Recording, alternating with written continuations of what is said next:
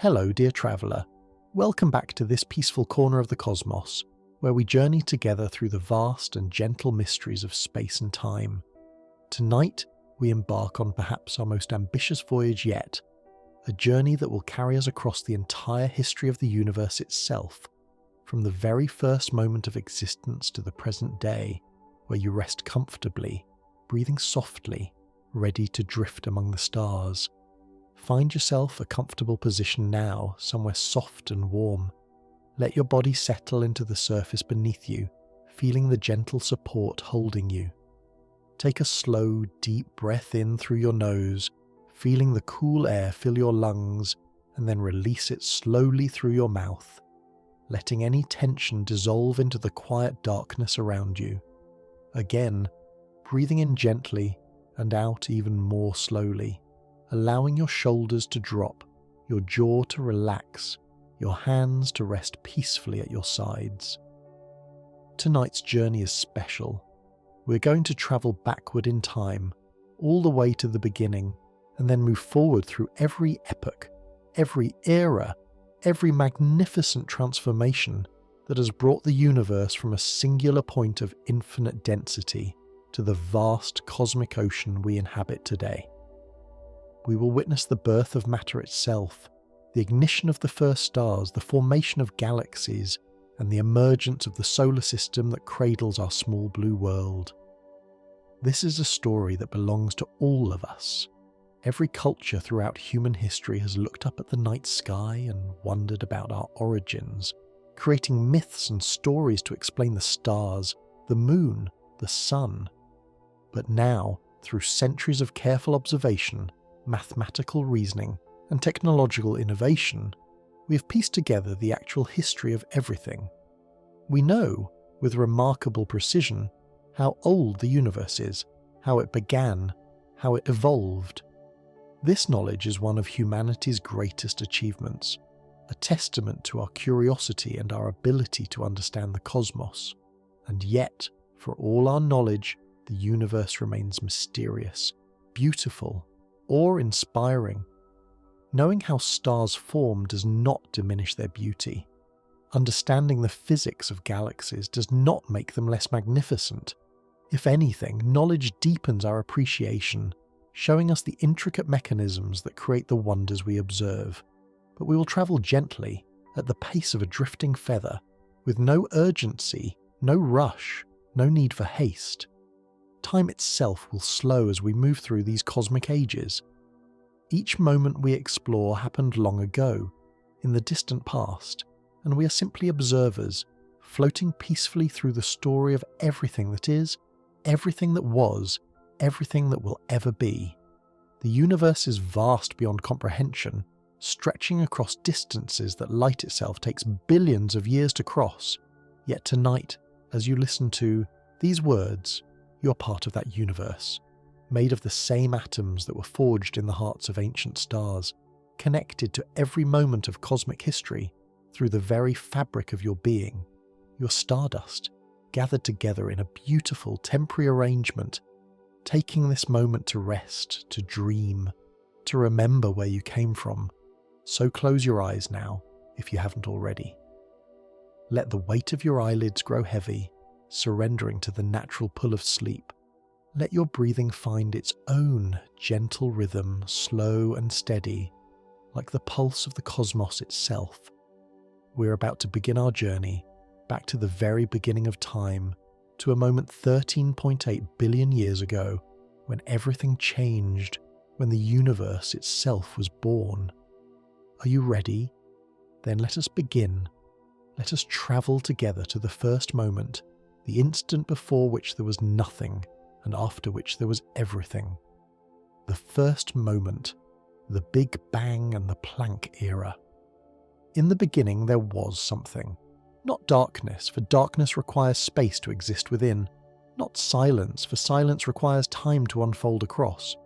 There was simply a state of being so different from anything we can imagine that our words barely touch its edges. Scientists call this moment the singularity, a point of infinite density and infinite temperature, where all the matter and energy that would ever exist in our universe was compressed into a space smaller than the tiniest particle we can measure. 13.8 billion years ago, something happened. The universe began. We call it the Big Bang, though this name carries a slight misunderstanding. It was not an explosion in space, hurling matter outward into a pre-existing void. It was the appearance of space itself, everywhere at once, carrying matter along with it as it expanded.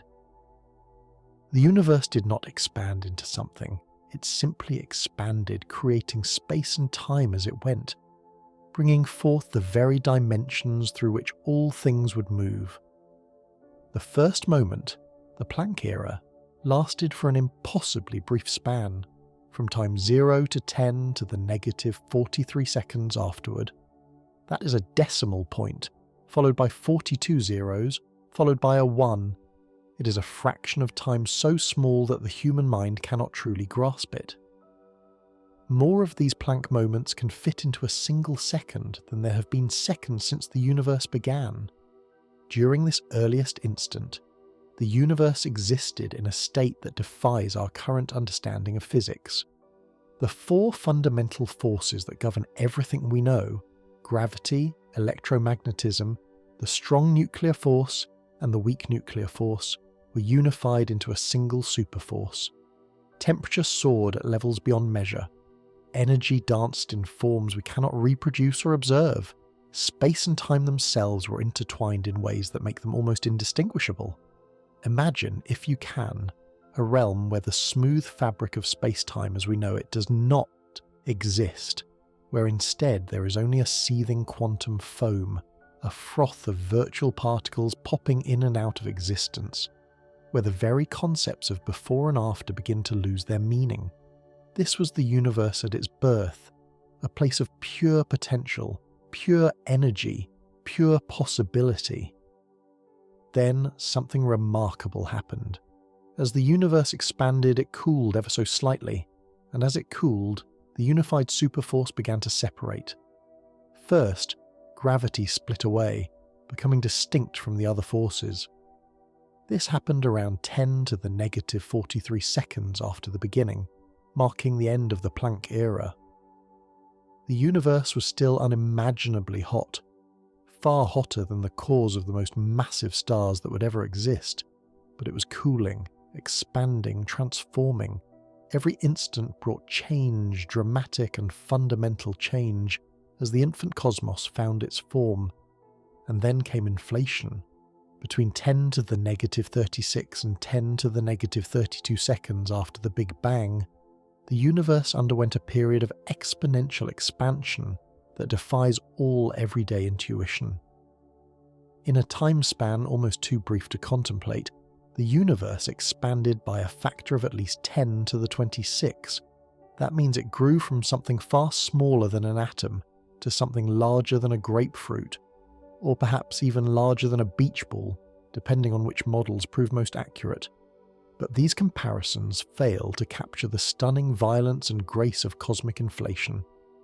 The fabric of space itself was stretched, pulled taut like a rubber sheet, expanding in all directions at once, faster than the speed of light. This is possible because space itself is not bound by the speed limit that constrains matter and energy within space. The expansion of space can exceed any speed. This inflationary epoch solved several puzzles that had troubled cosmologists. It explained why the universe appears so uniform, so smooth on the larger scales. Tiny quantum fluctuations, smaller than the smallest particles, were stretched by inflation to cosmic sizes, becoming the seeds from which all future structure would grow. These microscopic ripples in the density of matter, magnified by inflation's exponential reach, would eventually become the galaxies, the clusters, the vast cosmic web we observe today. Inflation also explained the flatness of space.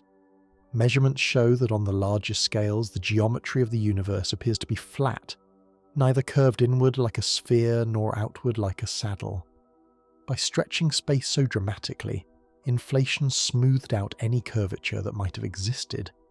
leaving behind a universe that extends, as far as we can tell, without limit in all directions. What powered this incredible expansion? The prevailing theory suggests it was a scalar field, a type of energy that permeated all of space, called the inflaton field. As this field settled into its lowest energy state, it would have released tremendous energy, driving the explosive expansion. Then, when inflation ended, that energy converted into particles and radiation, reheating the universe and setting the stage for everything that would follow. The end of inflation marked a critical transition. The universe, having grown from subatomic to astronomical in the blink of an eye, was now filled with a hot, dense soup of particles and radiation. The temperature, though it had dropped considerably during inflation, was still about 10 to the 27 degrees Kelvin. That is one followed by 27 zeros, far hotter than anything we can create in laboratories on Earth.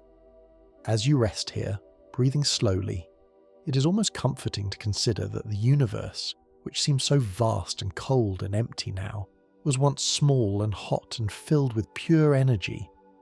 Everything was connected, everything was close together, everything was one undifferentiated whole. And from that unity came all the diversity we see today, every star, every planet, every grain of sand, every thought in every mind. Let your body relax even more deeply now. Feel how your breath moves in and out, gentle waves on a cosmic shore. The universe has been expanding and cooling for 13.8 billion years, and it continues still, carrying galaxies away from one another, making space for new wonders to emerge. And you, resting peacefully in this present moment, are part of that ongoing story. The Planck era and the inflationary epoch are behind us now. The universe has crossed its first major threshold. It is no longer a quantum mystery beyond the reach of our physics. It is becoming something we can begin to understand, something we can describe with mathematics and observation. The stage is set for matter to take form. Let us move forward in time to the first second when the fundamental particles that make up everything came into being. The first second. A universe of particles. After the inflationary epoch, the universe settled into a state that, while still extreme beyond imagining, was at least governed by physics we can understand and test. We've entered the first second of cosmic time, a period of transformation so profound that everything we see today owes its existence to what happened in this brief span. At 1/10 trillionth of a second after the Big Bang, the universe was a seething ocean of energy and elementary particles. The temperature had dropped to about 10 to the 15th degrees Kelvin, still far too hot for atoms or even stable atomic nuclei to exist, but cool enough for the fundamental building blocks of matter to begin taking permanent form. This was the quark epoch, named for the elementary particles called quarks, which are among the most basic constituents of matter. Quarks combine in groups of 3 to form protons and neutrons, the particles that make up atomic nuclei. But in the first microsecond, it was too hot for quarks to bind together permanently. They existed in a state called quark-gluon plasma, where quarks and gluons, the particles that carry the strong nuclear force, moved freely in a hot, dense soup. Imagine a vast cosmic ocean, stretching in every direction without boundary, shimmering with impossible heat. In this ocean, particles appear and disappear continuously, borrowing energy from the vacuum, living for the briefest instant before annihilating back into pure energy. Matter and antimatter are created in equal pairs, a positron for every electron, an antiquark for every quark, meeting and vanishing in flashes of light that themselves become new particle pairs. But there was a subtle asymmetry, a tiny imbalance in the laws of physics that would prove crucial to everything that followed. For every billion antiquarks created, there were 1,000,000,001 quarks. For every billion positrons, 1,000,000,001 electrons. This asymmetry was minuscule, almost negligible, but it meant that when the universe cooled enough for matter and antimatter to annihilate, there would be a small remnant left over. That remnant is us and everything we see. All the matter in the universe exists only because of this tiny cosmic imbalance. As the universe continued to expand and cool, approaching 1 microsecond in age, the temperature dropped below 10 to the 13 degrees Kelvin. This was cool enough for quarks to bind together permanently. The quark epoch ended, and the hadron epoch began. Quarks combined in groups of 3 to form hadrons, the category of particles that includes protons and neutrons. This phase transition was dramatic. In a fraction of a second, the quark gluon plasma condensed into individual particles, like water vapour suddenly condensing into droplets. The strong nuclear force, which had been keeping quarks bound in the plasma, now confined them within individual protons and neutrons. The universe was transforming from a sea of fundamental particles into something more structured, more familiar. During this time, the 4 fundamental forces were all distinct and operating as they do today. Gravity, the weakest of the forces but the one that shapes the cosmos on the largest scales, was pulling on every particle, creating tiny density fluctuations that would eventually grow into galaxies. The electromagnetic force was causing charged particles to interact, creating light and radiation. The strong nuclear force was binding quarks together, and the weak nuclear force was mediating interactions between particles, allowing them to change from one type to another. As the universe reached 1 second in age, the temperature had dropped to about 10 billion degrees Kelvin. This is still incredibly hot, about 700 times hotter than the core of the Sun, but it was cool enough for another critical transition to occur. The lepton epoch, dominated by light particles like electrons and neutrinos, was drawing to a close. At about 1 second after the Big Bang, neutrinos decoupled from ordinary matter. Neutrinos are ghostly particles that barely interact with anything. They can pass through entire planets without being stopped. When the universe was dense and hot, even neutrinos scattered frequently off other particles. But as density dropped and temperature fell, neutrinos stopped interacting. They began to travel freely through space, and they are still travelling today, a cosmic neutrino background filling the universe, cold remnants of that first second.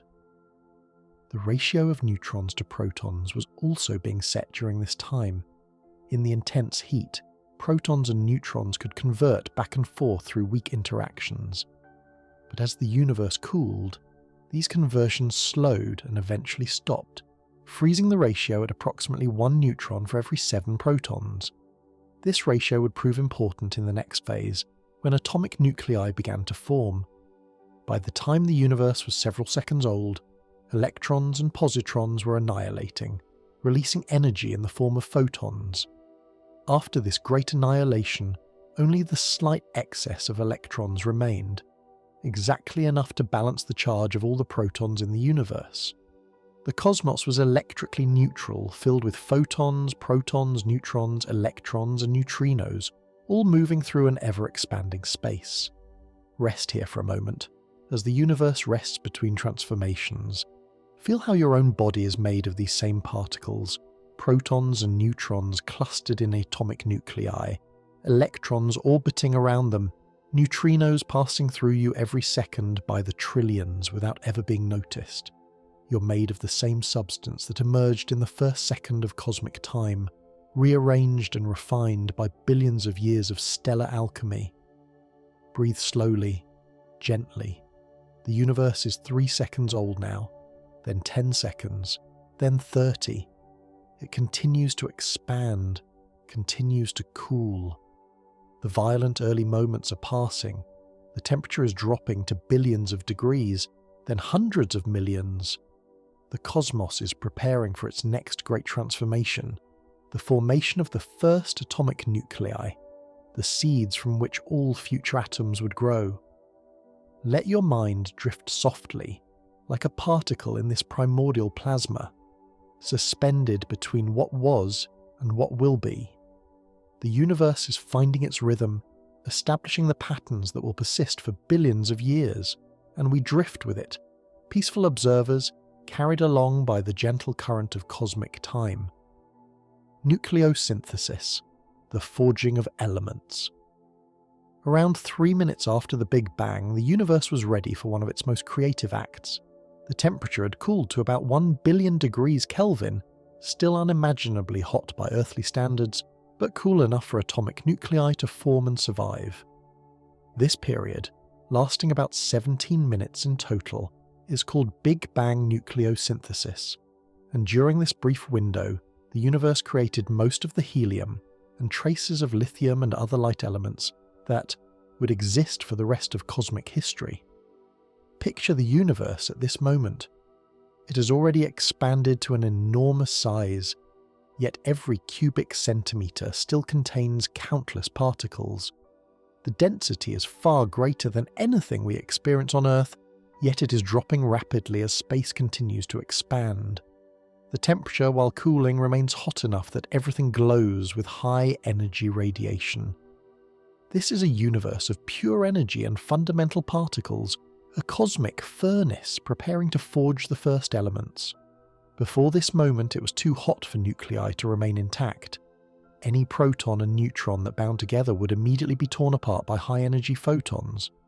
The photons carried so much energy that they could break the bonds holding particles together as quickly as those bonds formed. But now, finally, the conditions were right. The universe had cooled just enough, expanded just enough, that nuclear binding could win the battle against photon bombardment. Protons and neutrons, drifting through the expanding, cooling universe, began to find each other and stick together. The temperature window for nucleosynthesis was narrow and precise. Too hot, and nuclei would be destroyed. Too cool, and particles would not have enough energy to overcome the electromagnetic repulsion between positively charged protons.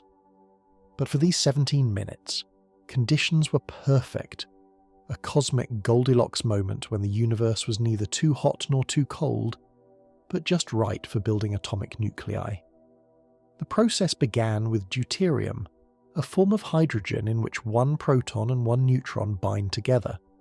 Deuterium nuclei formed first, fragile combinations that immediately became the building blocks for heavier elements.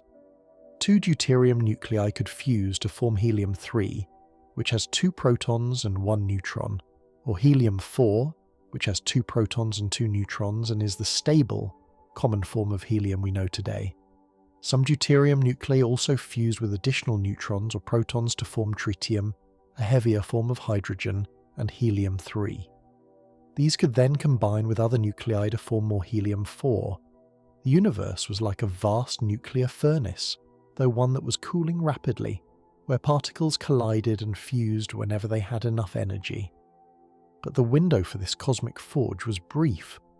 Within about 20 minutes after the Big Bang, the universe had cooled and expanded so much that nuclear fusion stopped. The density was too low, the temperature too modest, for nuclei to overcome their mutual electromagnetic repulsion and fuse together. The great period of nucleosynthesis was over. What remained was a universe composed of about 75% hydrogen nuclei, which are just single protons, and about 25% helium nuclei by mass. There were also tiny traces of deuterium, helium-3 and lithium-7, but these were rare. Everything heavier than lithium, all the carbon, nitrogen, oxygen, iron, and other elements that make up planets and living things, would have to wait billions of years to be created, forged in the nuclear furnaces at the hearts of stars. This composition, 3/4 hydrogen and 1/4 helium, with traces of other light elements, is exactly what astronomers observe when they look at the oldest stars and the most pristine gas clouds in the universe. It is one of the most powerful confirmations of the Big Bang theory, a prediction made by mathematics and confirmed by observation. The universe remembers its birth, written in the abundances of elements. Imagine the universe at this time, 20 minutes old, stretching already across distances of many millions of light years. It is still incredibly hot, about 100 million degrees Kelvin, glowing with intense radiation. But it is no longer the chaotic maelstrom of the first seconds. A kind of order has emerged. The fundamental particles are stable. The first atomic nuclei have formed. The universe has found a temporary equilibrium. The photons, particles of light, vastly outnumber the particles of matter. For every proton or neutron in the universe, there are about 1 billion photons. These photons form a brilliant background of radiation, constantly interacting with the free electrons that fill space. Light cannot travel far before being scattered by an electron, absorbed and re-emitted in a different direction. The universe is opaque, a glowing fog through which no clear line of sight can pass. But the nuclei themselves, protons and helium nuclei mostly, are stable now. They drift through this fog buffeted by radiation, separated from one another by the expansion of space. They are waiting, though they do not know it, for the universe to cool enough for electrons to join them, to form the first neutral atoms, to clear the fog and let light travel freely. That moment is still far in the future, some 380,000 years away. For now, the universe enters a long, gradual phase. The temperature continues to drop, the expansion continues, but nothing dramatic changes. The cosmos is in a kind of adolescence, having passed through its violent birth, but not yet arrived at the transformations that will create the rich complexity of stars and galaxies. Let your breathing slow even further, matching the gradual pace of the universe's expansion. Feel how peaceful it is to exist in this state of transition, neither beginning nor ending, simply continuing, moment by moment, breath by breath. The universe is teaching us patience, showing us that great changes sometimes require vast stretches of time. Your body rests comfortably, heavy and relaxed. Your mind drifts like a helium nucleus through the primordial fog, gently carried by forces beyond your control, requiring no effort, no intention, simply allowing itself to be moved by the natural flow of cosmic evolution. The elements are made.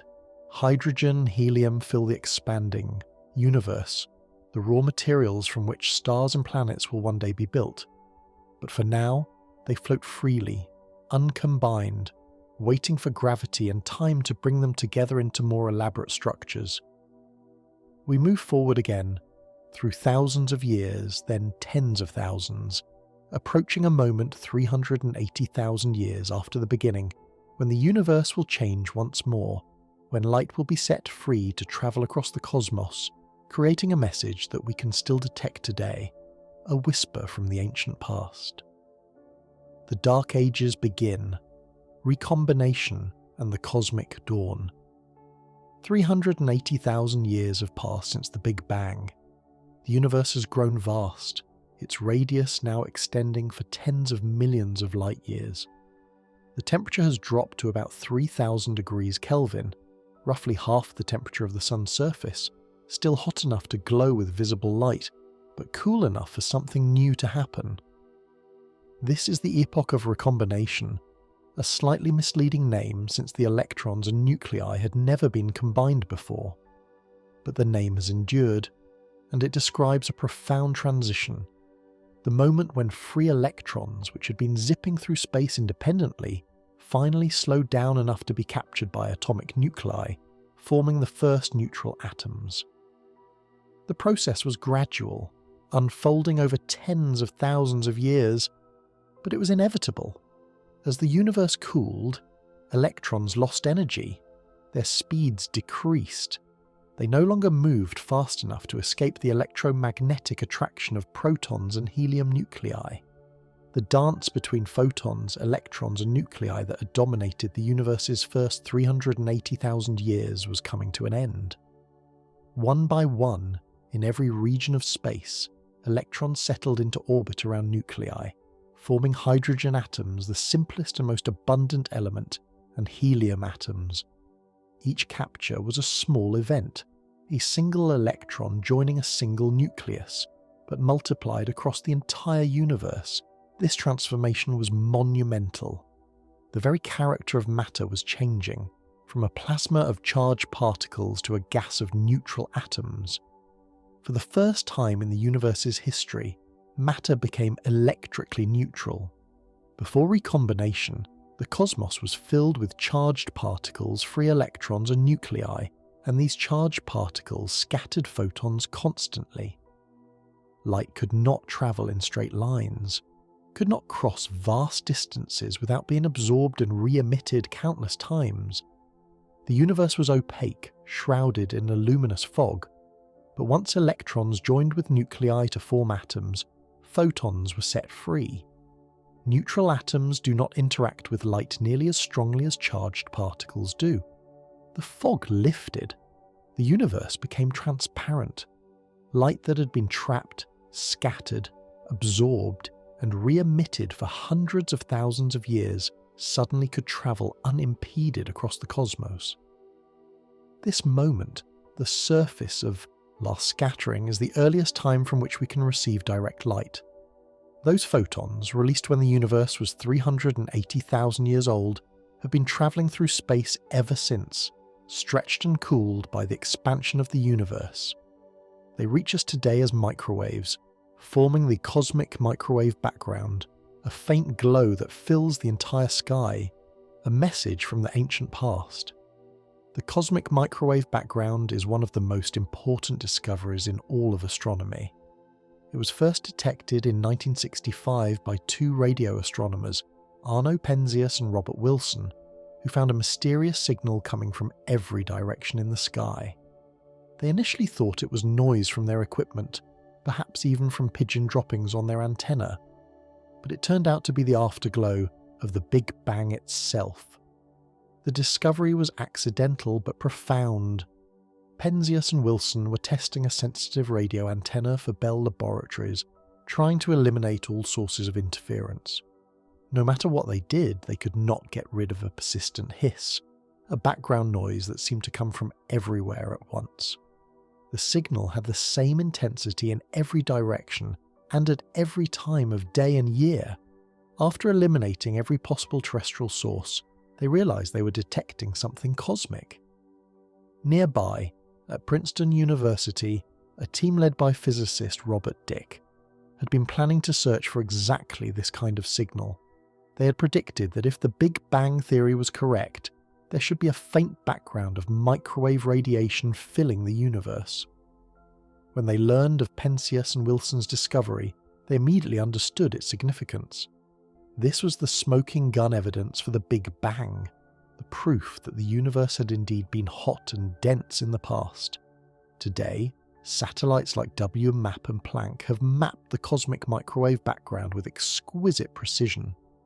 The maps show tiny temperature variations, fluctuations of only a few parts in 100,000 across the sky. These fluctuations are not random. They are the imprint of density variations in the early universe, the seeds that would grow into galaxies and galaxy clusters. They show us the structure of the cosmos when it was still smooth and uniform before gravity had time to amplify those small differences into the rich tapestry of structure we see today. The patterns in the CMB have been analysed in extraordinary detail.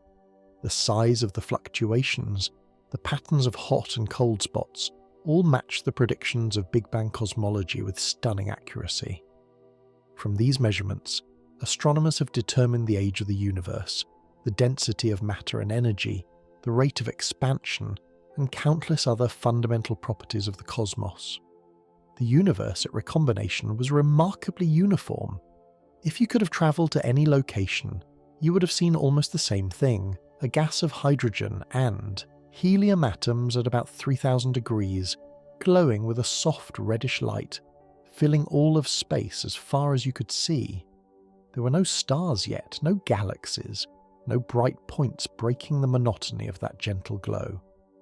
But hidden within that apparent uniformity were the seeds of future structure. Some regions had slightly more matter than others, differences of only a few parts in 100,000. These overdense regions had slightly stronger gravity. They would pull on surrounding matter, attracting more atoms, becoming denser still. Meanwhile, Under-dense regions would lose matter to their denser neighbours, becoming emptier voids. After recombination, the universe entered a period astronomers call the Dark Ages, not because it was entirely dark, but because there were no bright sources of light, no stars or galaxies shining. The afterglow from recombination slowly faded as the universe expanded and cooled. Within a few million years, the soft red glow had shifted into the infrared, invisible to human eyes. The universe was filled with neutral hydrogen and helium gas, cold and dark, illuminated only by the fading remnant of the Big Bang's light. This was a time of silence and stillness. The gas drifted slowly through space, gathering in some regions, dispersing in others, guided by the subtle pull of gravity and the invisible scaffolding of dark matter, a mysterious substance that makes up most of the universe's mass, but does not emit or absorb light. Dark matter had been there all along, since the earliest moments after the Big Bang, but we observe it only through its gravitational effects.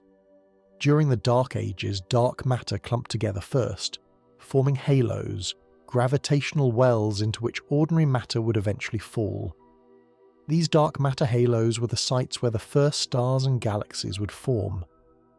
But that moment was still millions of years away. For now, the universe was waiting, gathering its resources, preparing for the next great act of creation. Let yourself sink deeper into rest now, as the universe sinks into its dark age. There is no need to observe anything, no need to track events. This is a time of stillness, of potential energy building slowly, of darkness that is not frightening but peaceful, a cosmic womb preparing to give birth to light. Your breathing continues, slow and steady, like the gradual expansion of space. Your heartbeat is the pulse of cosmic time, marking moments that stretch and blend into one another. You're suspended in a state between waking and sleep, just as the universe was suspended between its bright beginning and the era of stars. The Dark Ages lasted somewhere between 100 and 400 million years, based on current observations. During this time, the smallest density fluctuations were growing, slowly but inexorably, pulled together by gravity.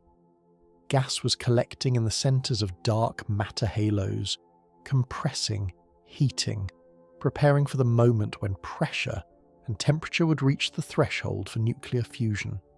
And then, at last, in different parts of the universe, almost simultaneously on cosmic scales but separated by vast distances, something new appeared. The first stars ignited, burning with a fierce and brilliant light, ending the Dark Ages and beginning the cosmic dawn. First light, the age of population, 3 stars. Imagine a universe dark and cold, filled with clouds of hydrogen and helium drifting silently through the void. Then in one particular cloud something changes. The gas has been collapsing under its own gravity for millions of years, growing denser and hotter at its centre. Atoms collide more and more frequently, the temperature rises, and then, suddenly, a threshold is crossed. In the core of the collapsing cloud, the temperature reaches 10 million degrees Kelvin. Hydrogen nuclei, which are simply protons moving at enormous speeds, collide with such force that they overcome their electromagnetic repulsion and fuse together. Nuclear fusion begins. Energy pours outward from the core, heating the surrounding gas, creating pressure that halts the collapse. A star is born. This happened for the first time somewhere between 100 and 400 million years after the Big Bang, though pinpointing the exact moment remains one of astronomy's ongoing quests. When it did happen, it changed the universe forever. The first stars, called population 3 stars by astronomers, were unlike any stars that exist today. They were giants, some of them hundreds of times more massive than our Sun, burning with ferocious intensity. Population 3 stars were made entirely of hydrogen and helium, the primordial elements created in the Big Bang. There were no heavier elements, no metals in the astronomers' language, to help the gas cool efficiently as it collapsed. Without metals, the gas clouds that formed these stars could not fragment into smaller pieces easily. They collapsed into very massive, very hot stars. These stellar behemoths shone with a brilliant blue-white light, much hotter and brighter than our Sun. The surface temperature of a population 3 star might reach 100,000 degrees Kelvin, compared to our Sun's surface temperature of about 6,000 degrees. A single population 3 star could outshine 1,000,000 suns. They pumped out enormous amounts of ultraviolet radiation, high-energy photons that began to ionize the hydrogen gas surrounding them, creating expanding bubbles of ionized gas in the otherwise neutral universe. The light from these first stars was harsh and intense, nothing like the gentle yellow glow of our Sun. It was searing ultraviolet radiation, invisible to human eyes but carrying immense energy. This radiation streamed outward from each star, piercing through the surrounding neutral hydrogen, stripping electrons from atoms, leaving behind ionized plasma. The bubbles of ionization around each star grew, expanding at nearly the speed of a light, pushing back the darkness. The birth of population 3 stars marked the beginning of the epoch of rionization, when the universe transitioned from being mostly neutral to being mostly ionized, as it had been before recombination. This second ionization was different though. The universe was much larger and less dense. The ionized regions were bubbles around bright sources, expanding outward, eventually merging with other bubbles, gradually filling space with hot ionized gas. But population 3 stars had short lives. The most massive stars burn their fuel quickly, living for only a few million years before exhausting the hydrogen in their cores. When this happened, theoretical models suggest these giant stars did not fade gently into the night. They likely perished in spectacular supernova explosions, some of the most violent events in the universe.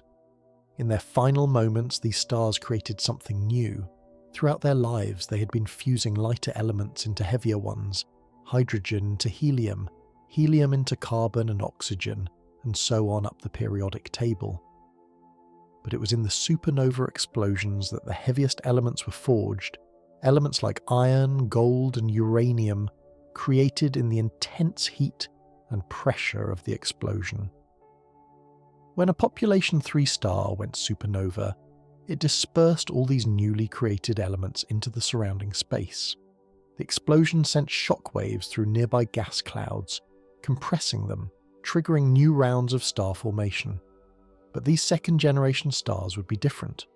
They would form from gas that was no longer pristine, gas that contained small amounts of carbon, oxygen, silicon, iron, all the elements that make up rocky planets and living organisms. These second-generation stars, called population 2 stars, were smaller and longer-lived than their predecessors.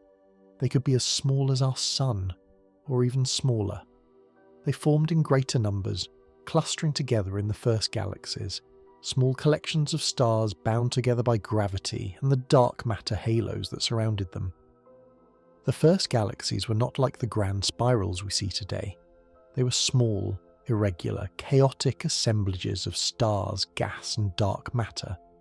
They contained perhaps a few million stars, compared to the hundreds of billions in a galaxy like the Milky Way.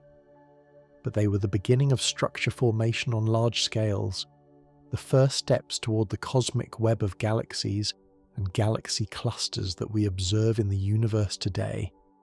These early galaxies were bright with star formation. Gas was abundant, and gravity was pulling it into the galaxy's centers, where it collapsed to form new stars at a prodigious rate. The galaxies glowed with the light of young hot stars and shone brightly in ultraviolet light. Many of them were also producing their first black holes, dense concentrations of matter collapsing into singularities, invisible but powerful, exerting tremendous gravitational influence on everything around them. By about 500 million years after the Big Bang, the universe had transformed. The Dark Ages were over. Light had returned, not the diffuse glow of the Big Bang's afterglow, but the bright, focused light of individual stars and galaxies. The epoch of reionization was well underway, with ionized bubbles expanding and merging, gradually filling space with hot gas once again. The universe was still young, still changing rapidly. Galaxies were forming, growing, merging with one another. Stars were being born in great numbers, living their brief or long lives, enriching the cosmos with heavy elements. Black holes were forming in the centers of galaxies, growing as they consumed gas and stars, sometimes shining as quasars, the brightest objects in the universe, powered by matter falling into supermassive black holes. Rest here in this moment of cosmic awakening. The universe has found its creative stride. It is no longer a simple, uniform sea of particles and radiation. It is becoming complex, diverse, filled with distinct objects, each with its own story. Stars are lighting up the darkness. Galaxies are gathering together. The cosmic drama has begun in earnest. Let your body relax even more, releasing any remaining tension. Feel how you are part of this story, made of elements forged in the hearts of stars that lived and perished billions of years ago. The calcium in your bones, the iron in your blood, the oxygen you breathe, all of it was created inside stars, then scattered into space when those stars ended their lives, eventually finding its way into new stars, new planets, and finally into you. You're not separate from the universe. You're the universe observing itself, a temporary arrangement of stardust that has become conscious, able to reflect on its own origins, able to feel wonder at the vast reaches of space and time. The first stars have lived and perished.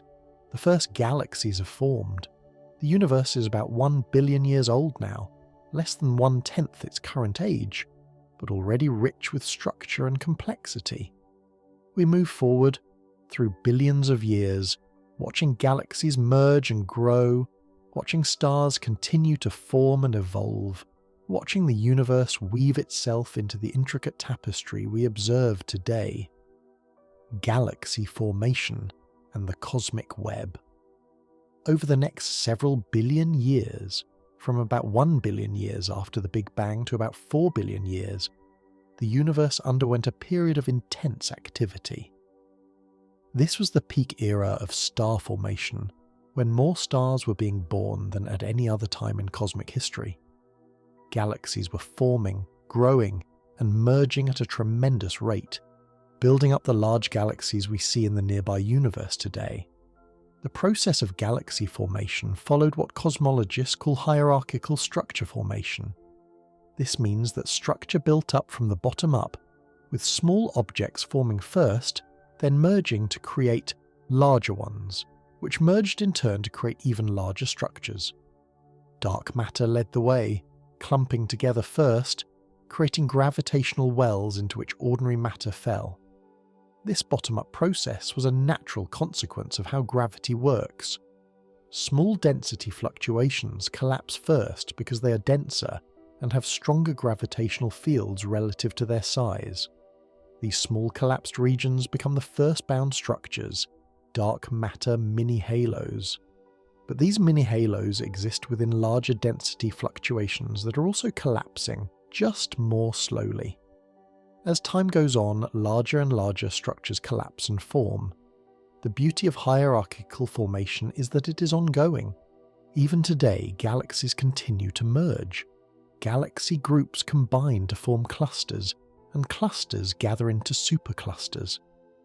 The process that began in the first 100 million years after the Big Bang continues in the present day, and will continue into the far future, until dark energy's acceleration eventually prevents any new structure from forming. Computer simulations of hierarchical structure formation have been remarkably successful at reproducing the large-scale structure we observe in the universe today. By starting with the density fluctuations measured in the cosmic microwave background and evolving them forward in time using the laws of gravity and gas dynamics, simulations can create virtual universes that look remarkably similar to the real one. These simulations help astronomers understand how galaxies form and evolve, and they make predictions that can be tested with new observations. The smallest structures to collapse were dark matter mini-halos, with masses perhaps 1,000,000 times the mass of the Sun. These were the birthplaces of the first population 3 stars. But these mini-halos were not isolated. They existed within larger structures, groups and clusters of mini-halos that themselves were merging and growing. As mini-halos merged, they created larger halos, which could hold more gas, form more stars, and become what we recognize as galaxies. The first galaxies were small, containing perhaps 10 million to 100 million stars, but they continued to merge, doubling in size, quadrupling, growing into the massive galaxies we see today. The Milky Way, our home galaxy, is a product of this hierarchical process. It began as many smaller galaxies that merged over billions of years. Evidence of this merger history is still visible today. Astronomers have discovered streams of stars in the Milky Way's halo, the remnants of dwarf galaxies that were consumed long ago, their stars now spread out in long arcs around the galactic centre. Galaxy formation was not a smooth, orderly process. Mergers were violent events, even though they unfolded over millions of years. When two galaxies collided, their stars rarely actually hit each other, since stars are so small and the distances between them so vast. But the gas clouds within the galaxies did collide, creating shock waves, compressing gas, triggering intense bursts of star formation.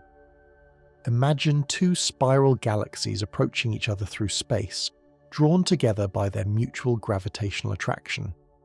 At first, when they are still far apart, the interaction is subtle. The outer edges of each galaxy begin to distort, pulled by the gravity of the approaching companion. Long tidal tails of stars and gas stream out from both galaxies, material pulled free by the gravitational forces. As the galaxies draw closer, the interaction intensifies. The spiral arms become disrupted, stars scatter into new orbits, and gas clouds collide with tremendous force. These collisions heat the gas to millions of degrees, causing it to glow brightly in X-rays. But the compression also causes the gas to cool in some regions, allowing it to collapse and form new stars at a prodigious rate. The centres of the galaxies pass through each other, missing on the first approach, but their gravity ensures they will return. Over hundreds of millions of years, the two galaxies swing around each other in increasingly tight orbits, losing energy to gravitational radiation and to the drag of dark matter. Eventually they merge completely, their central supermassive black holes spiralling inward until they too merge in a cataclysmic event that sends gravitational waves rippling through space-time. These merger-induced starbursts were some of the most luminous events in the universe, creating millions or even billions of solar masses worth of stars in just a few million years. The galaxies would glow brightly in infrared light, heated by the young, massive stars forming within them. Many of these starburst galaxies also fed their central black holes, creating quasars and active galactic nuclei, where matter falling into the black hole released enormous amounts of energy, sometimes outshining the entire galaxy of stars surrounding it. By about 3 billion years after the Big Bang, galaxies had organized themselves into a large-scale structure called the cosmic web. This is a vast network of filaments and sheets of galaxies, separated by enormous voids, regions that are almost empty of matter. The cosmic web is the largest structure in the universe, stretching across hundreds of millions of light-years. The cosmic web formed naturally from the initial density fluctuations in the early universe. Regions that were slightly overdense grew denser, pulling in matter from surrounding regions. This created a pattern where matter concentrated along filaments and at the intersections of filaments, while other regions emptied out, becoming voids. If you could see the universe from far away, from a perspective outside it looking at the full three-dimensional distribution of galaxies, it would look like a vast sponge or foam, with galaxies tracing out thin filaments and sheets surrounding large, nearly empty bubbles. The pattern resembles soap bubbles pressed together, or the structure of bone under a microscope, or neural networks in the brain. The cosmos organises itself in patterns that echo across vastly different scales. The filaments of the cosmic web are not solid structures. They are streams of galaxies, flowing along paths determined by gravity and the distribution of dark matter. Matter follows the gravitational pull of dark matter halos, accumulating in dense regions, creating galaxies and galaxy clusters at the nodes where multiple filaments intersect. These nodes, the densest parts of the cosmic web, can contain thousands of galaxies bound together in massive clusters. The voids, by contrast, are remarkably empty.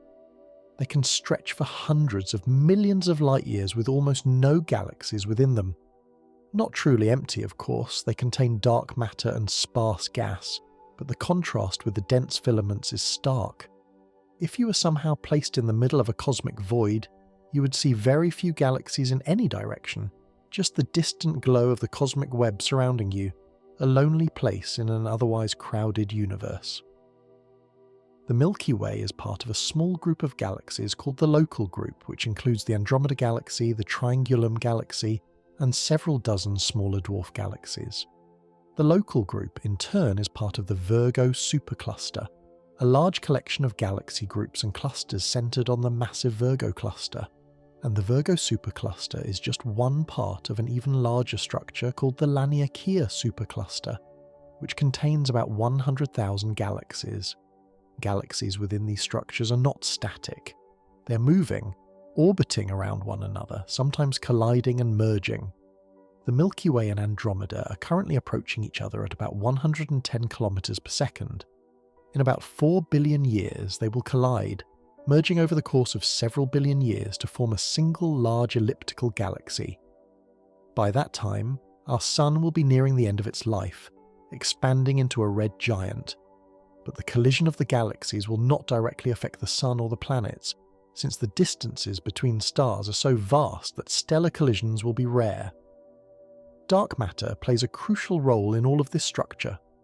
Observations show that visible matter, the stars and gas we can see, makes up only about 15% of the total matter in galaxies and galaxy clusters. The rest is dark matter, invisible material that does not emit or absorb light, but exerts gravitational force. Dark matter halos surround galaxies, extending far beyond the visible disk of stars, holding galaxies together and influencing their motions. We know dark matter exists because of its gravitational effects. Galaxies rotate too fast to be held together by the gravity of their visible matter alone. When astronomers measure the rotation speeds of stars and gas in the outer parts of galaxies, they find that these objects are moving far faster than expected based on the visible mass. The outer regions of galaxies should be rotating slowly, like the outer planets in our solar system, which orbit more slowly because they are farther from the Sun's gravitational pull. But instead, the rotation speed remains roughly constant, or even increases with distance, implying there is a large amount of unseen mass. Galaxy clusters contain too little visible matter to explain how galaxies within them move. The speeds of galaxies orbiting within clusters suggest that the clusters contain 10 to 100 times more mass than we can see in stars and gas. Without this additional mass, the galaxies would escape the cluster's gravitational pull, flying off into intergalactic space. And gravitational lensing, the bending of light around massive objects predicted by Einstein's general relativity, shows that clusters contain far more mass than we can account for with visible matter. When we observe distant galaxies through a foreground galaxy cluster, the light from those distant galaxies is bent and distorted by the cluster's gravity, creating multiple images or arcs. By studying these distortions, astronomers can map the distribution of mass in the cluster, and what they find is that most of the mass is in the form of dark matter, distributed in a halo around the cluster. Despite decades of searching, we still do not know what dark matter is. The leading hypothesis is that it consists of weakly interacting massive particles, hypothetical particles that were created in the Big Bang and have been drifting through space ever since, forming halos around galaxies. These particles would interact only through gravity and possibly the weak nuclear force, making them extremely difficult to detect. But dark matter particles have never been directly detected, despite numerous experiments running deep underground to shield them from cosmic rays and other background radiation. The search continues at laboratories around the world, with increasingly sensitive detectors hoping to catch the rare signal of a dark matter particle interacting with ordinary matter. By about 10 billion years after the Big Bang, around 3.8 billion years ago, the universe had reached a kind of maturity. The rate of star formation had peaked and was beginning to decline. Most of the gas in galaxies had been converted into stars, and the remaining gas was less dense, less able to form new stars efficiently. Large galaxies had assembled most of their mass through mergers and were settling into more regular forms, spirals and ellipticals, the shapes we see in the nearby universe. The cosmic web was fully established, with galaxies following filaments and clustering at the nodes where filaments intersect. The largest structures had formed, and while galaxies continued to evolve, merge and form new stars, the basic architecture of the universe was in place. This period, from about 3 billion to about 10 billion years after the Big Bang, was the adolescence of the universe, a time of rapid growth and change, when the cosmos was building itself into the form we observe today. And it was during this era, about 9 billion years after the Big Bang, that a particular cloud of gas and dust in a particular galaxy began to collapse, beginning a process that would lead to the formation of our solar system. Rest now as the universe rests between great transformations. Billions of years have passed in the span of a few minutes. The cosmos has evolved from simplicity to complexity, from uniformity to structure, from darkness to light. And the story is not over. It continues, moment by moment, as galaxies evolve, as stars are born and perish, as planets form, and life perhaps emerges in countless places throughout the vastness of space. Let your breathing be soft and slow, like the gentle accretion of gas onto a protostar, gradual and inevitable. Let your mind drift through the cosmic web, floating along filaments of galaxies, each one island of light in the surrounding darkness, each one home to billions of stars, many of them perhaps circled by planets, some of those planets perhaps bearing life. You are part of this vast structure, a tiny but integral piece of the cosmic puzzle. The atoms in your body have travelled from the Big Bang through stars and interstellar space to gather here, in this place, in this moment, forming you. You are the universe made conscious, a way for the cosmos to know itself. The birth of our solar system. 4.6 billion years ago, in a spiral arm of a galaxy we would later call the Milky Way, a cloud of gas and dust was slowly rotating in the darkness of space. This cloud, called a molecular cloud or stellar nursery, was cold, only about 10 degrees above absolute zero, and dense with hydrogen, helium, and tiny grains of dust made of heavier elements: carbon, silicon, oxygen, iron, all the products of previous generations of stars. This particular cloud was vast, perhaps several light years across, containing enough material to form hundreds of stars. But within the cloud, there were denser regions, clumps where gravity was beginning to pull matter together. One such clump, no more remarkable than any other, began to collapse. Perhaps the collapse was triggered by a shockwave from a nearby supernova, a massive star ending its life in a violent explosion that sent ripples through the interstellar medium. Or perhaps it was simply the result of the cloud's own turbulence, random motions that created a region dense enough for gravity to overcome the gas pressure. Whatever the trigger, once collapse began, it accelerated. As the cloud collapsed, it began to spin faster, just as a figure skater spins faster when pulling in their arms. The conservation of angular momentum, a fundamental law of physics, meant that as the cloud shrank, its rotation rate increased. The cloud, initially spherical, flattened into a rotating disk, with most of the mass falling toward the centre. At the centre of this collapsing disk, a dense core was forming. Gas was falling inward, compressing, heating up.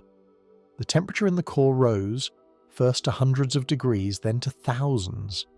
The core began to glow, first with infrared light, invisible to human eyes, then with redder wavelengths as it grew hotter.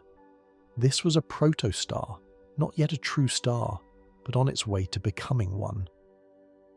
The protostar continued to grow, accreting mass from the surrounding disk. Material spiraled inward like water flowing down a drain, but instead of water, it was gas and dust, drawn by gravity into an ever tighter orbit before finally falling onto the growing protostar. The disk itself was evolving, material spiraling inward, feeding the growing protostar, while the outer parts of the disk remained cooler, a flat plane of gas and dust rotating around the protostar like a vast cosmic wheel. The disk was not uniform. Temperature varied with distance from the protostar. Close in, near what would become the Sun, temperatures were high, hot enough to vaporize rock. Farther out, beyond a certain distance called the frost line or snow line, temperatures were low enough for water and other volatiles to freeze into ice. This temperature gradient would determine what kind of planets could form at different distances. The disk glowed with its own heat, energy released by the infall of matter and by collisions within the disk. It was a beautiful sight, if anyone had been there to see it. A glowing spiral of light wrapping around the bright protostar at the centre, fading to darkness at the outer edges. Eddies and streams moved through the disk, turbulence driven by magnetic fields and density variations, creating intricate patterns in the swirling gas and dust. After perhaps a few 100,000 years, the protostar at the centre had accumulated enough mass, and its core had grown hot enough that a critical threshold was reached. The temperature in the core exceeded 10 million degrees Kelvin, and nuclear fusion began. Hydrogen nuclei started fusing into helium, releasing energy. The protostar became a star, our sun, shining with its own light, no longer merely glowing from the heat of collapse, but powered by the nuclear fire at its heart. The ignition of the sun changed everything. The new star began producing a strong stellar wind, a flow of charged particles streaming outward from its surface. This wind swept through the surrounding disk, pushing gas away from the inner regions, clearing out the material closest to the star. The disk transitioned from a gas-rich environment to one dominated by solid particles, dust grains, and larger chunks of rock and ice. But even as the gas was being cleared away, those solid particles were beginning to stick together. Dust grains, no larger than the particles in smoke, drifted through the disk, occasionally colliding with one another. Sometimes these collisions were gentle enough that the particles stuck together, held by weak electrostatic forces or tiny gravitational attractions. Over time, these small aggregations grew, collecting more particles, becoming pebbles, then rocks, then boulders. This process, called accretion, continued for millions of years. The small bodies grew into planetesimals, objects the size of mountains or even small moons, and the planetesimals in turn collided and merged, building up planetary embryos, bodies hundreds or thousands of kilometers across. These embryos became the dominant objects in the disk, their gravity strong enough to attract more material, sweeping up everything in their orbital path. The growth rate accelerated as the embryos became larger.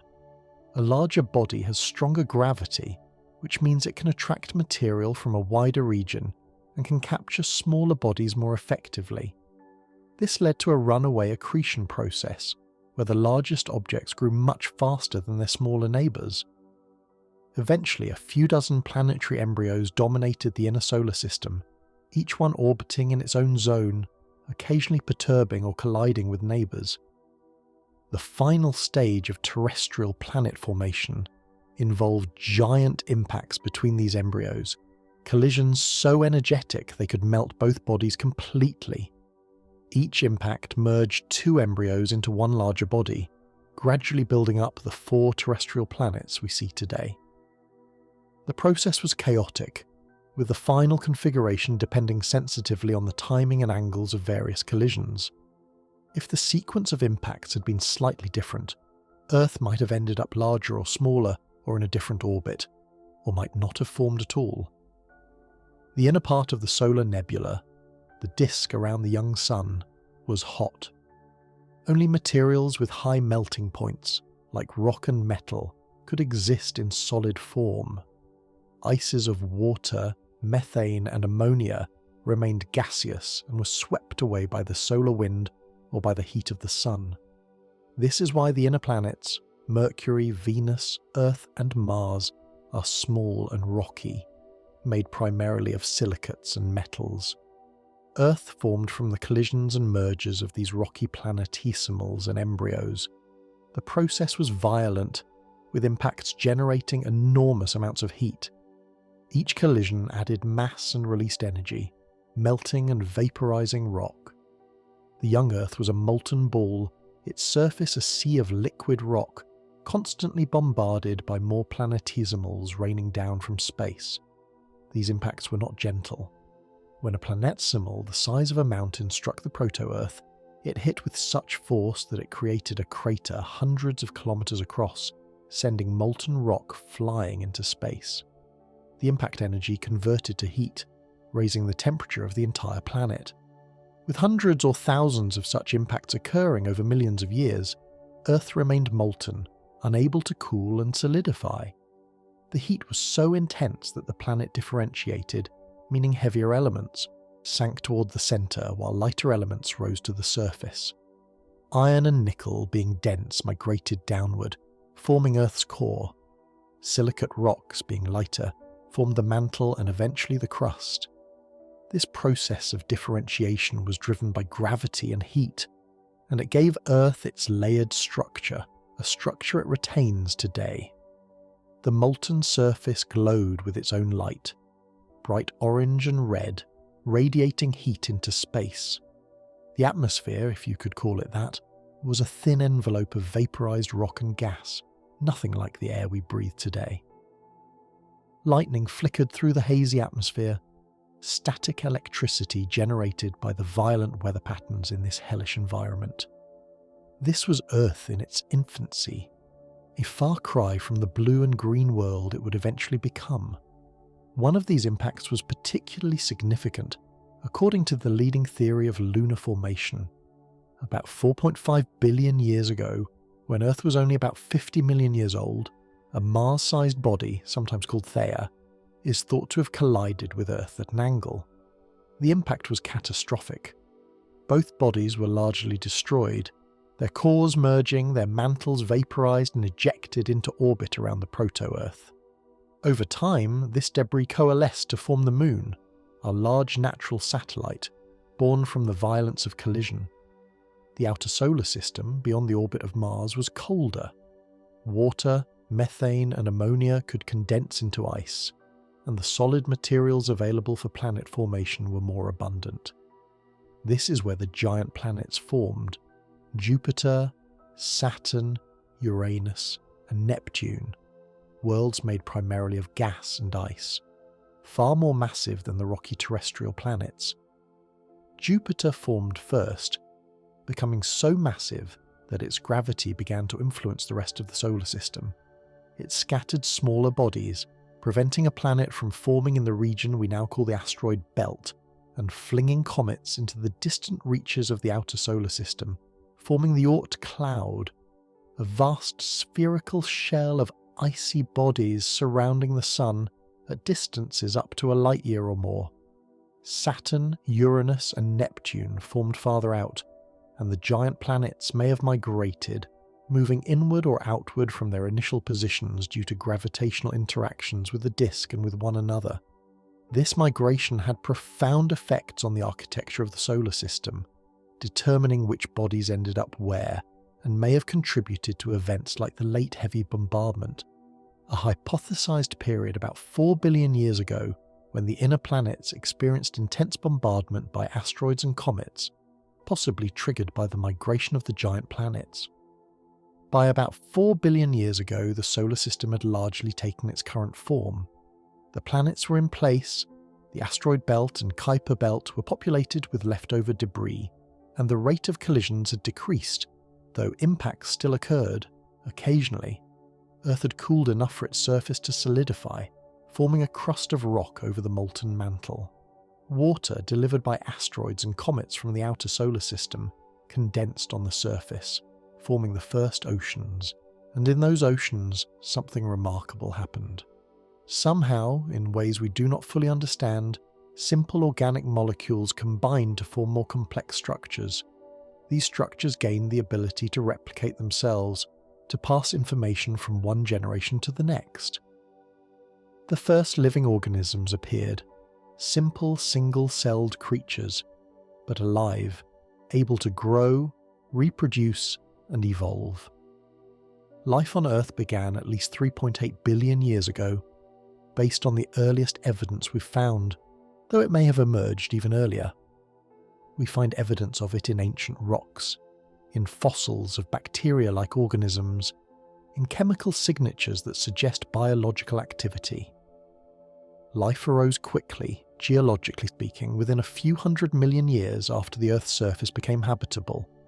For billions of years, life remained simple, single-celled organisms floating in the oceans or living in shallow waters. But it was evolving, slowly at first, then more rapidly, developing new capabilities, new strategies for survival. About 2.4 billion years ago, some organisms evolved the ability to perform photosynthesis, using sunlight to convert carbon dioxide and water into sugars and oxygen. This was a transformative development. These early photosynthetic organisms, cyanobacteria, were among the most successful life forms Earth has ever known. They could harness the energy of sunlight, an essentially limitless resource, to build organic molecules from simple raw materials. They thrived in the sunlit surface waters of the oceans, forming vast mats and colonies, some of which created structures called stromatolites, layered rocks that preserve evidence of ancient bacterial communities. The oxygen produced by these photosynthetic organisms began to accumulate in the atmosphere, changing the chemistry of the Earth's surface. At first, the oxygen combined with dissolved iron in the oceans, creating rust that settled to the seafloor in layers of red and black, forming banded iron formations that we can still observe in ancient rocks today. These formations represent billions of tons of iron that was oxidized by biological oxygen. Once the ocean's iron was used up, oxygen began to accumulate in the atmosphere itself. This was both a catastrophe and an opportunity. Oxygen is reactive, combining with many elements, and it was poisonous to many existing life forms, which had evolved in an oxygen-free environment. The Great Oxidation Event, as it is called, may have caused a mass extinction, wiping out many anaerobic organisms that could not tolerate the new oxygen-rich atmosphere. But the Great Oxidation Event also opened up new possibilities, allowing the evolution of organisms that could use oxygen for respiration, a much more efficient way of extracting energy from food. Aerobic respiration produces far more energy per sugar molecule than anaerobic processes, and this extra energy allowed life to become more complex, more active, more diverse. Over the next 2 billion years, life diversified and grew more complex. Eukaryotic cells evolved, cells with nuclei and organelles, able to grow larger and more sophisticated than the simple prokaryotic bacteria. These eukaryotic cells arose through a process called endosymbiosis, where one cell engulfed another, and instead of digesting it, formed a symbiotic relationship. The engulfed cell became an organelle, providing specialized functions for the host cell. Mitochondria, the powerhouses of the cell, were once free-living bacteria that were incorporated into eukaryotic cells this way. Multicellular organisms appeared, at first just colonies of identical cells, but eventually developing specialized cell types, tissues, and organs. Different cells took on different roles, some specializing in capturing nutrients, others in reproduction, others in movement or structural support. This division of labor allowed organisms to grow larger and more complex than any single cell could be. About 540 million years ago, life underwent another rapid diversification, the Cambrian explosion, when most of the major groups of animals we see today first appeared in the fossil record. Fish evolved, then amphibians that could live part of their lives on land, then reptiles fully adapted to terrestrial life, then mammals and birds. Plants colonized the land, creating forests, transforming the landscape, creating new habitats and resources for animal life to exploit. And eventually, after billions of years of evolution, after countless generations of organisms living, reproducing, and passing on their genes, after mass extinctions and recoveries, after continents drifted across the globe and climates changed from ice ages to warm periods and back again, after predators evolved to hunt and prey evolved defenses, after cooperation and competition shaped ecosystems, after all of this, one particular lineage of primates evolved the capacity for language, for abstract thought, for self-reflection. Humans appeared, beings capable of wondering about their origins, capable of asking how the universe began and where it is going. You are the result of this unimaginably long process, a being made of atoms forged in stars, organized by billions of years of evolution into a form capable of consciousness, capable of experiencing the universe, capable of lying down at the end of a long day and listening to stories about cosmic history. Rest deeply now. Feel the weight of your body, the product of 4 billion years of biological evolution, resting on a planet 4.6 billion years old, orbiting a star that is one of hundreds of billions in a galaxy, that is one of hundreds of billions in a universe, 13.8 billion years old. You're ancient and you're new. You're made of the oldest materials in existence, but arranged in a pattern that has never existed before and will never exist again. You're unique, precious, a temporary eddy in the flow of matter and energy through the cosmos.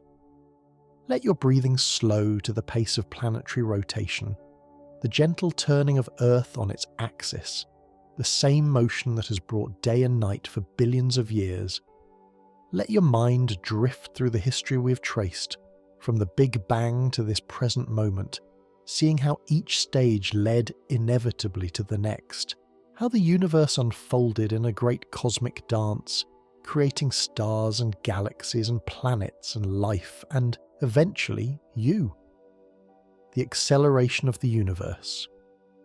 Dark energy's dominion.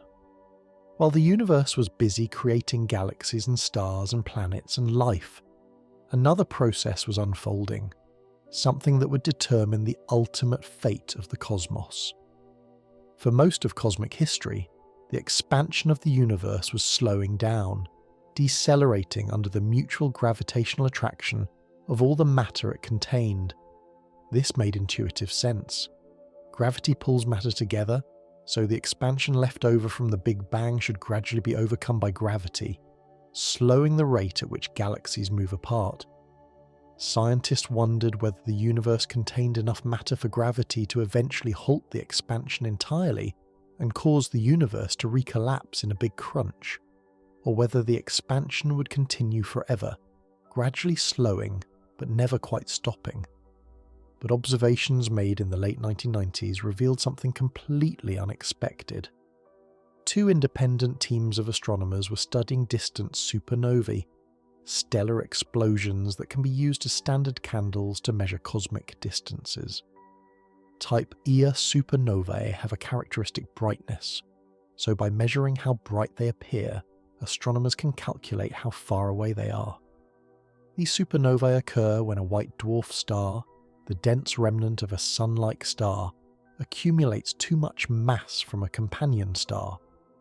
When the white dwarf reaches about 1.4 times the mass of the Sun, a critical threshold called the Chandrasekhar limit, it can no longer support itself and undergoes a thermonuclear explosion. Because this happens at the same mass every time, all Type Ia supernovae release approximately the same amount of energy, making them excellent standard candles. The astronomers were using these supernovae to measure the expansion rate of the universe at different times in the past, expecting to find that the expansion was slowing down. They observed supernovae at different redshifts, which correspond to different distances and different times in the past. Nearby supernovae show us the recent universe, while distant supernovae show us the universe billions of years ago.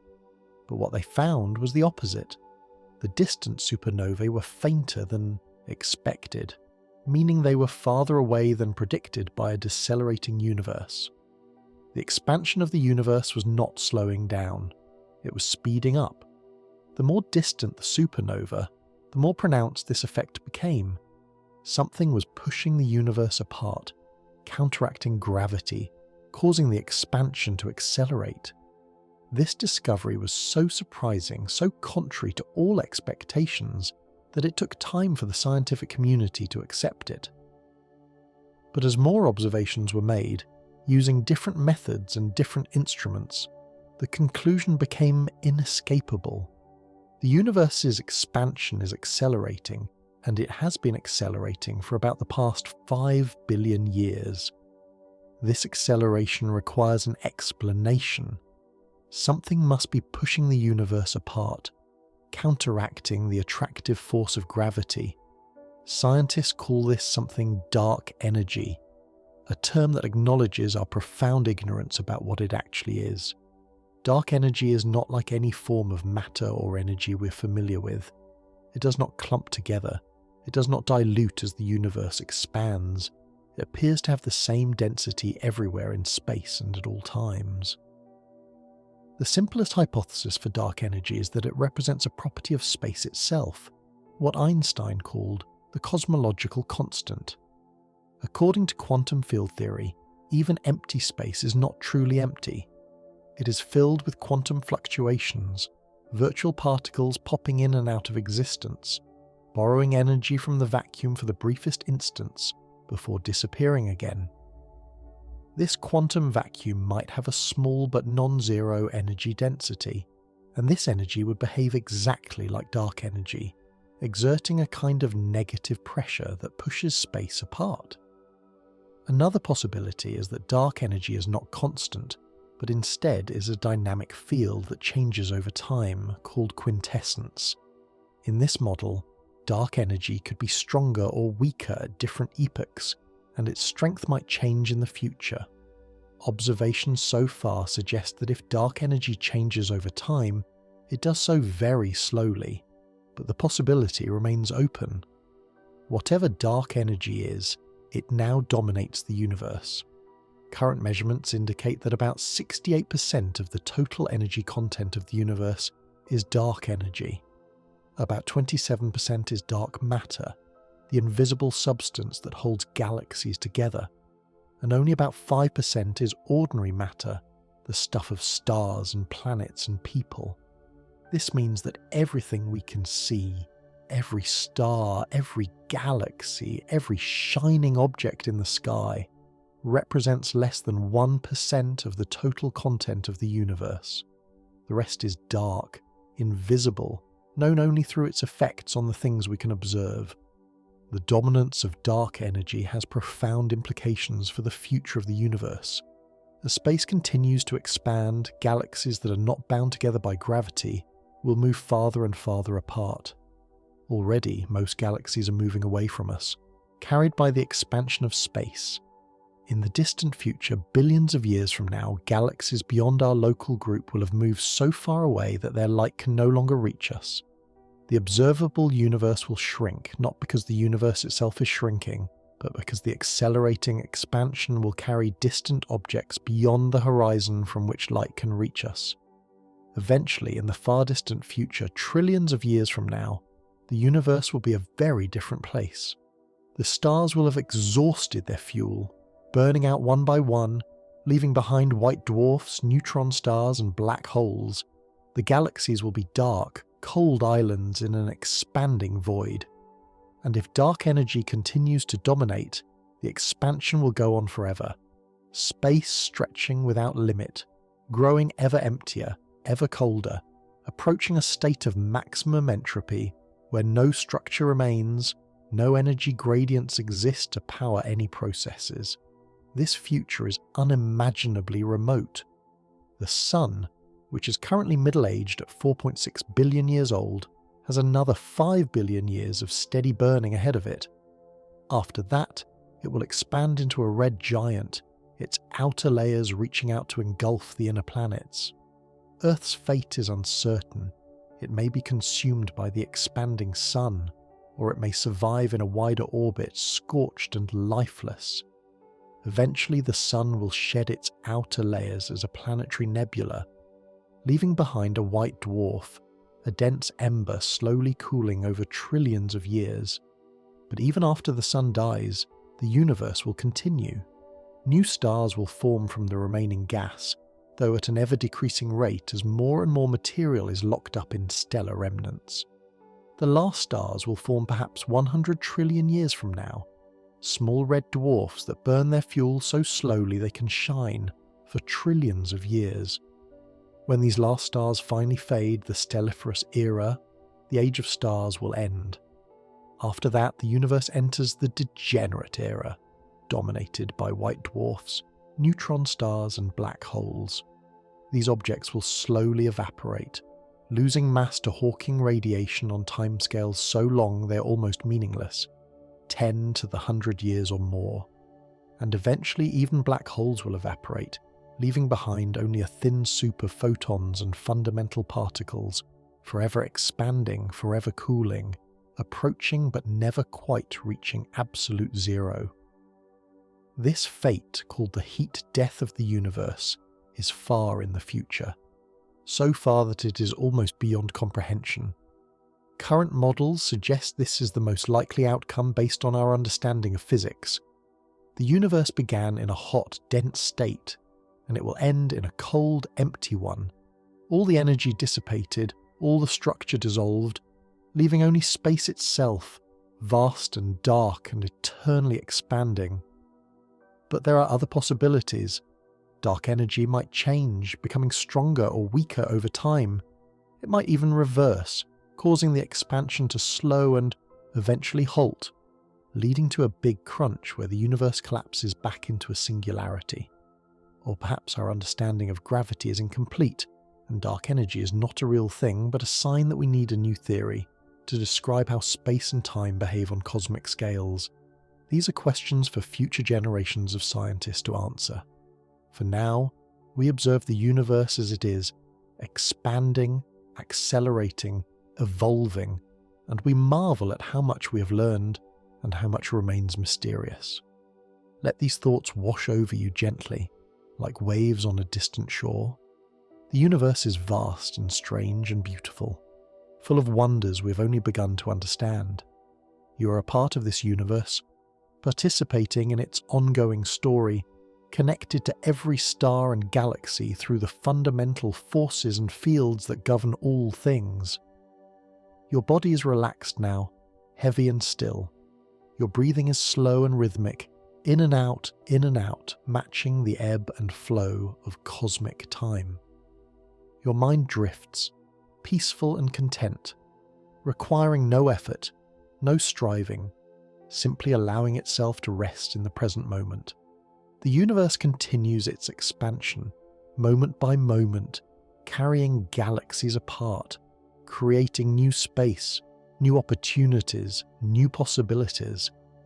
And you rest here, in this brief moment of cosmic history, a conscious being, aware of the vastness that surrounds you, able to appreciate the journey we have taken from the Big Bang to now, the present day, our place in cosmic history.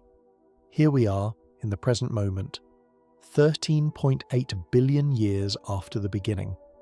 The universe has evolved from a hot, dense singularity into the vast, complex cosmos we observe today. Stars shine in the night sky, galaxies swirl in elegant spirals, planets orbit their suns, and on at least one of those planets, perhaps on many, life has emerged, evolved, and given rise to beings capable of understanding their own origins. This is where we find ourselves on Earth, a rocky planet orbiting a middle-aged star in a quiet suburb of a spiral galaxy. Our Sun is one of several 100 billion stars in the Milky Way, which is one of hundreds of billions of galaxies in the observable universe. We are extraordinarily ordinary on cosmic scales, yet we are also extraordinary, perhaps unique in our corner of the galaxy, in our ability to reflect on our place in the grand scheme of things. The present day is a special time in cosmic history. The universe is old enough that stars have had time to form and create heavy elements, making rocky planets and life possible. Multiple generations of stars have lived and perished, enriching the interstellar medium with carbon, oxygen, nitrogen, silicon, iron, and all the other elements necessary for complex chemistry and biology. But the universe is young enough that stars are still shining, galaxies are still forming stars, and the cosmos is rich with structure and activity. We live in what might be called the golden age of the cosmos, when the universe is neither too young and chaotic nor too old and empty. From Earth's surface, on a clear dark night, we can see several thousand stars with the unaided eye, all of them part of the Milky Way, our cosmic neighbourhood. With binoculars or a small telescope, we can see millions more stars, nebulae where new stars are forming, and even a few nearby galaxies. With powerful telescopes, astronomers today can observe billions of galaxies stretching across the observable universe, looking back in time to when the cosmos was young. Astronomers today can observe the universe across vast distances and look back in time billions of years.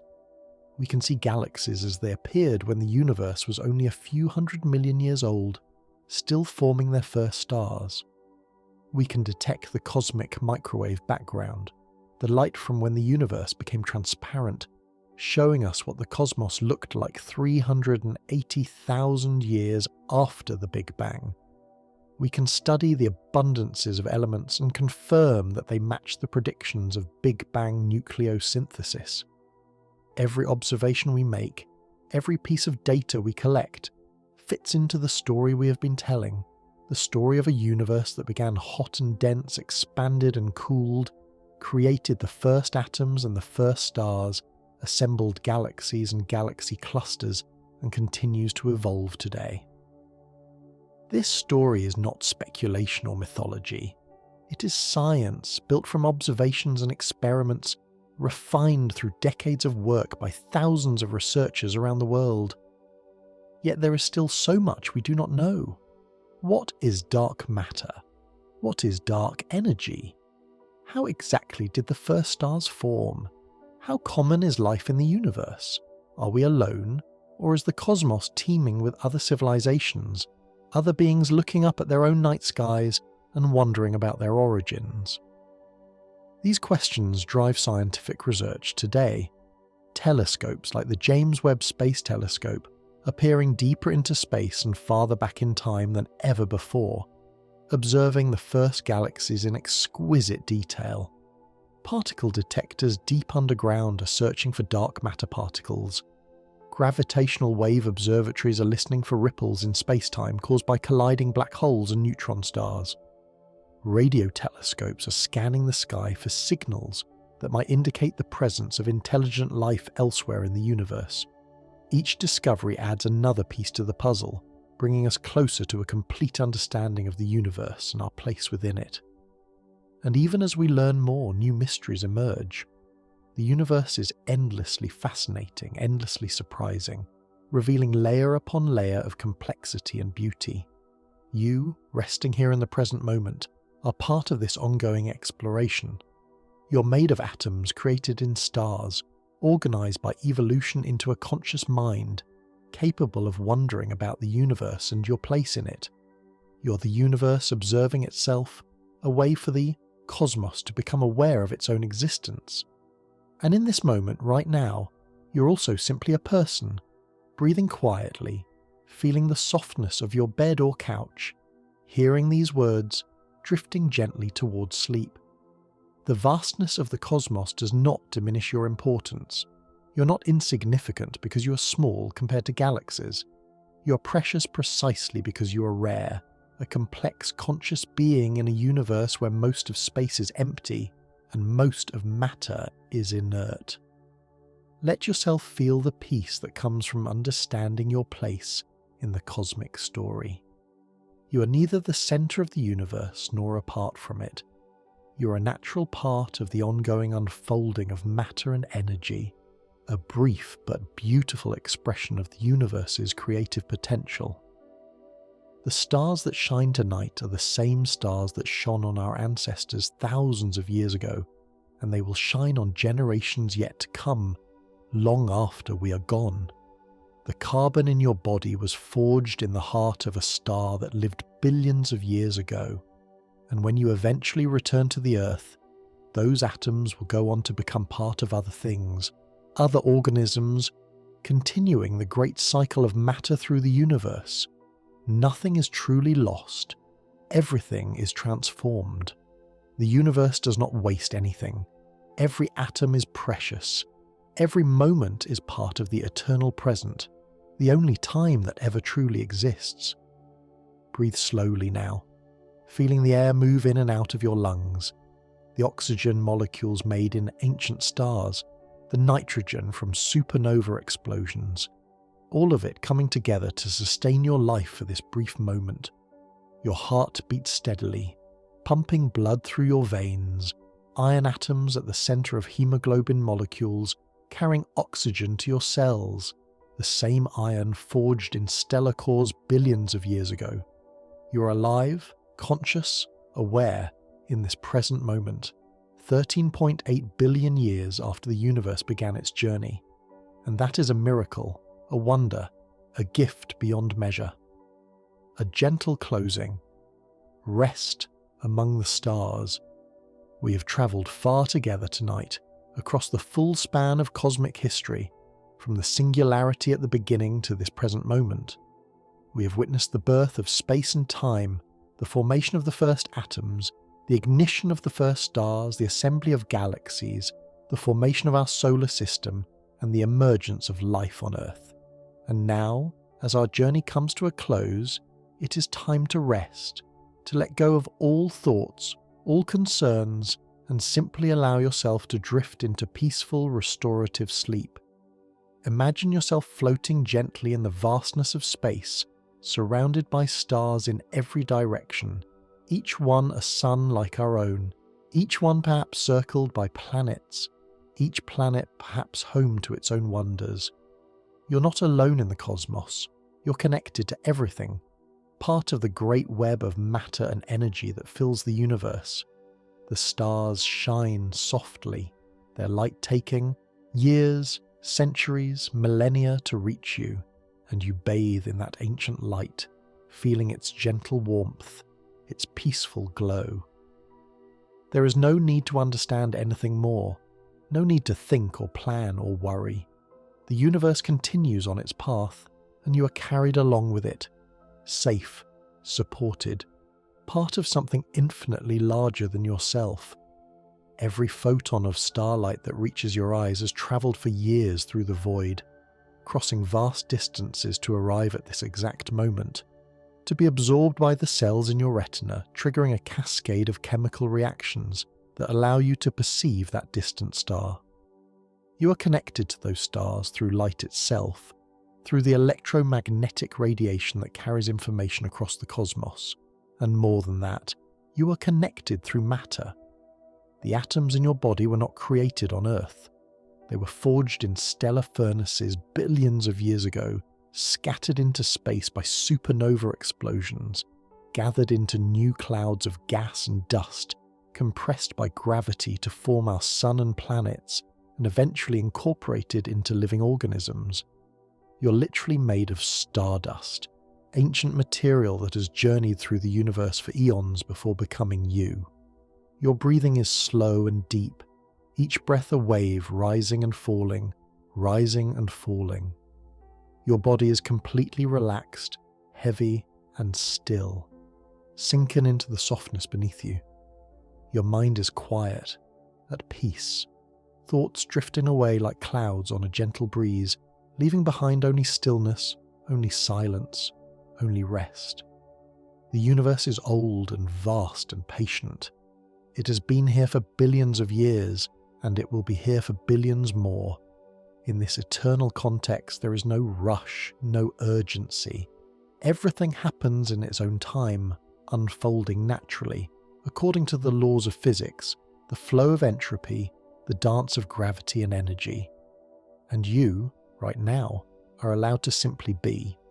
No expectations, no obligations, no demands. Just this moment, this breath, this gentle descent into sleep. Let your awareness fade, like the last light of a setting sun, dimming gradually, softly until only darkness remains, warm and comforting and safe. Let yourself sink into that darkness, embracing it, welcoming it, knowing that it is the same darkness that filled the universe before the first stars, the peaceful void from which all things emerged and to which all things return. Sleep now, dear traveller, sleep deeply and peacefully. Dream of stars and galaxies, of planets and nebulae, of the vast cosmic ocean in which we all drift. And know that when you wake, the universe will still be here, still expanding, still evolving, still creating new wonders. You are part of that creation, part of that wonder. Rest now, and let the cosmos cradle you in its infinite embrace. Thank you for joining me on this journey through the history of the universe. If you enjoyed this voyage among the stars, please like this video and subscribe to Galactic Sleep, stories for more peaceful journeys through space and time. May your dreams be filled with cosmic wonder, and may you rest well under the gentle light of distant stars. Good night.